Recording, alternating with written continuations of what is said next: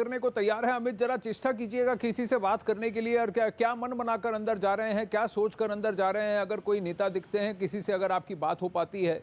लेकिन पिछले 10-12 दिन में वो कहते हैं कि आखिर में वो लास्ट लैप, जैसे यूसेन बोल्ट जिस तरह से दौड़ते थे आखिरी लैप में, या आखिरी के 100 मीटर में से आखिरी के 40 मीटर में वो रेस जीत जाते थे, यही काम क्या बीजेपी कर रही है? क्योंकि क्या पिछले 10-12 दिनों में टिकटों के बंटवारे की वजह से जिस तरह का वहाँ माहौल बना है, क्या वहाँ पर जाटों के बीच में एक मन बना है कि वापस जी हमें समर्थन अगर करना है तो बीजेपी का ही करना है? क्या बीजेपी ने थोड़ी सी अपनी पकड़ बना ली है पिछले 2 हफ्तों में? देखिए, पकड़ बनाई है कि नहीं या वोट करेगी नहीं, ये तो जनता तय करेगी आनंद। लेकिन अगर हम पूरे की पूरे रेस के रूप में अगर ये चुनावी प्रचार अभियान को देखें तो जो रेस का लास्ट लैप नहीं, अगर हम कहें पहले चरण में ये जोरदार एफर्ट हम बीजेपी की ओर से ये जरूर कह सकते हैं। क्योंकि देखिए, किसान आंदोलन पश्चिमी उत्तर प्रदेश से ठीक सटा हुआ था और गाजीपुर बॉर्डर था, बहुत ज्यादा प्रभाव यहाँ पर देखने को मिला था। और वहीं से जो नेता हैं उनके नेताओं से यहाँ पर मुलाकात है। इससे पहले भी अगर हम देखेंगे, हम कैराना गए थे, डोर टू डोर कैंपेन गृह मंत्री अमित शाह ने किया था और पलायन महत्वपूर्ण मुद्दा था, वहां पर उसको पलायन के मुद्दे को उठाया था। और इसके बाद अब यहां पर जाट नेताओं से मुलाकात कर रहे हैं गृह मंत्री अमित शाह। अभी अगर आप हमें थोड़ा सा वक्त दें तो हम उन नेताओं से भी बात करेंगे। और ये आप अंदर देखेंगे, अगर प्रवेश साहिब सिंह के अंदर लगातार जो लोगों के जाने का सिलसिला जारी है। एक लोग हमें हैं, सर आप कहां से आए हैं और इस संवाद की अहमियत क्या है पश्चिमी उत्तर प्रदेश के लिए? जनपद बुलंदशहर से हाँ। वीरेंद्र लौर प्रमुख। आज ये जाट समाज के कुछ लोगों की मीटिंग है ताकि चुनाव में सब लोग सक्रिय होकर जाट समाज को मजबूती से चुनाव में लगाया जा सके। किसान आंदोलन से जो नुकसान हुआ था, क्या उसकी भरपाई के लिए यह बैठक है? किसान आंदोलन से कोई खास नुकसान नहीं हुआ जाट समाज में। और ये जो किसान आंदोलन के नाम पर लोग कह रहे हैं, ये सब लोग बेकार की बात कर रहे हैं, कोई ऐसा मामला नहीं है।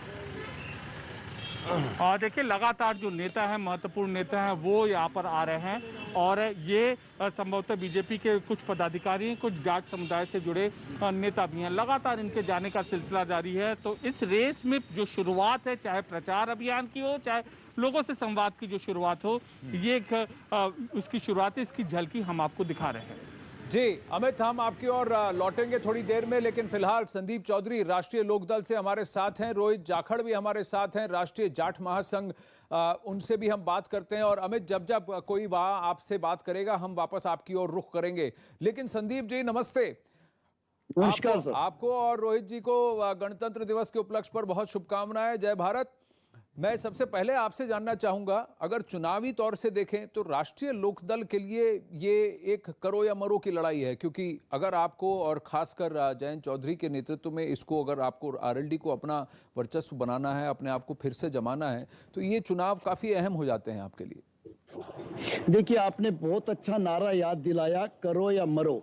ये महात्मा गांधी ने दिया था, और जब महात्मा गांधी ने ये नारा दिया था तो अंग्रेजों को भी देश छोड़ना पड़ा था।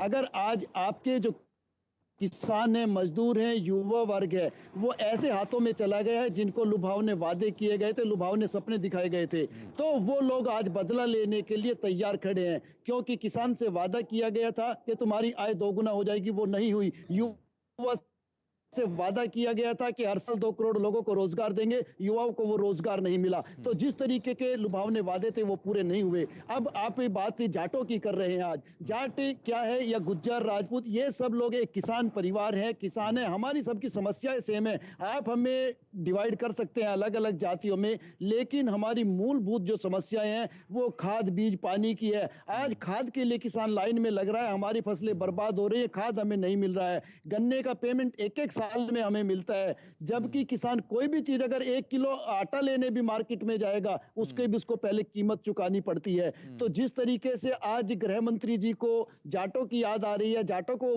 बुलाया, इसके लिए मैं आपको क्लियर कर दूं और आपके चैनल के माध्यम से पूरे देश को बता दूं, वो जाटों को नहीं, जाट जो कार्यकर्ता बीजेपी से जुड़ा हुआ है उसको उन्होंने बुलाने का काम किया है। क्योंकि वो पश्चिम उत्तर प्रदेश में इस तरीके की टीम बनाकर गांवों तक भेजना चाहते हैं। कोई अपने रिश्तेदारों को कन्विंस करेगा, कोई अपनी जान पहचान में, कोई दोस्तों को, ताकि भारतीय जनता पार्टी का वहां पे कुछ आधार बन सके, वो लोग कहीं जाकर के खड़े हो सके। क्योंकि भारतीय जनता पार्टी के जो नेता गांवों में वोट मांगने के लिए जाते हैं उनको गांवों में नहीं बढ़ने दिया जाता, क्योंकि झूठे वादे किए हुए लोग उनको याद दिलाते हैं। और आपने देखा होगा जो 2014 में 2017 में जिन चीजों को लेकर जनता के बीच भारतीय जनता पार्टी जाती थी, आज वो सारे वादे गायब हैं। जी, पर संदीप जी, मुझे अच्छा लगा आप ये कह रहे हैं कि देखिए किसान तो एक है, सबकी समस्याएं एक है, क्योंकि राष्ट्रीय लोकदल का जो पहला ग्राउंड था, main vote bank, main support base, वो जाटों का था। मैं तो नहीं चाहता कि जाट, गुजर, अलग अलग समुदाय, ओबीसी, एमबीसी, ब्राह्मण, यहाँ पर इस तरह का कोई वाल्मीकि चाहे वो या जाटव किसी भी तरीके से ब्रेक डाउन हो, या फिर मुस्लिम समुदाय में भी शिया, सुन्नी, बरेलवी, देवबंदी, इस्माइली, बोहरी, इसकी बात हो, मैं तो नहीं चाहता हूं। लेकिन इसी तरह से चुनावी समीकरण सालों से बिठाए जा रहे हैं और इसी तरह से कंसिडरेशन हो रहा है। आप भी जानते हैं, मैं भी जानता हूं, सपा के साथ आपने जो योग किया है या सपा ने आपके साथ जो योग किया है वो भी एक अरिथमेटिक के बेसिस पर ही किया है, इसको तो आप नकार नहीं सकते। देखिए, आप मुझे ये बताइए, जो जम्मू कश्मीर में गठबंधन मोदी जी ने और महबूबा मुफ्ती ने किया था, वो किस बेस पे किया था, इसकी कभी चर्चा नहीं हुई। जो गठबंधन करके बिहार में सरकार बनाई गई, उसकी कभी चर्चा नहीं हुई, जबकि उनके डीएनए में कमी बताई गई थी। हर जगह आप देख लीजिए, आप मुझे हरियाणा का बता दीजिए, दिल्ली के बिल्कुल बगल में है। हाँ। जिस चौटाला को ये कहा जाता था जहां चौटाला वहां घोटाला, उसी के साथ आपने सरकार बनाई। तो इन चीजों पे चर्चा नहीं। आज अगर समाजवादी पार्टी के साथ राष्ट्रीय लोकदल का गठबंधन हो गया है तो बीजेपी को बड़ी प्रॉब्लम है, बड़ी चिंता है, क्योंकि जी, इनका जनाधार संदीप जी, यहाँ पर दो चीजें हैं। हरियाणा और जम्मू कश्मीर की आपने बात की। जम्मू का मैंडेट बीजेपी के पास था, कश्मीर का मैंडेट पीडीपी के पास था। ये पोस्ट पोल अलायंस बना था क्योंकि उसके अलावा कहीं सरकार नहीं बन सकती थी वहां पर फिर वो त्रिशंकु की जैसा ही खड़ा होता, भले ही दोनों ने अपने अपने दांत चबाकर फिर उसको पार्टनरशिप को बनाया। आपका जो अलायंस है वो प्री पोल अलायंस है, और मैंने इसीलिए आपने क्या समीकरण बिठाया उस बेसिस पे मैंने कहा है। अभी हमारे साथ बीजेपी से राजेश चौधरी जी फोन लाइन पर हैं। राजेश चौधरी जी नमस्ते। नमस्कार। आज आप भी चुनाव में उतरने वाले हैं। ये जो 100 नेताओं के साथ या जो रिप्रेजेंटेटिव्स हैं अलग अलग खाप से, जिनकी मीटिंग होने वाली है परवेश वर्मा जी के घर पर दिल्ली में, और अमित शाह जी पहुंचने वाले हैं, ये किस उपलक्ष्य में है और इसकी महत्वता क्या है? देखिए, आप जो प्रवक्ता महोदय से बात कर रहे थे, मैं बड़ी गौर से उसको सुनना था। संदीप चौधरी जी, राष्ट्रीय लोकदल के। हाँ जी।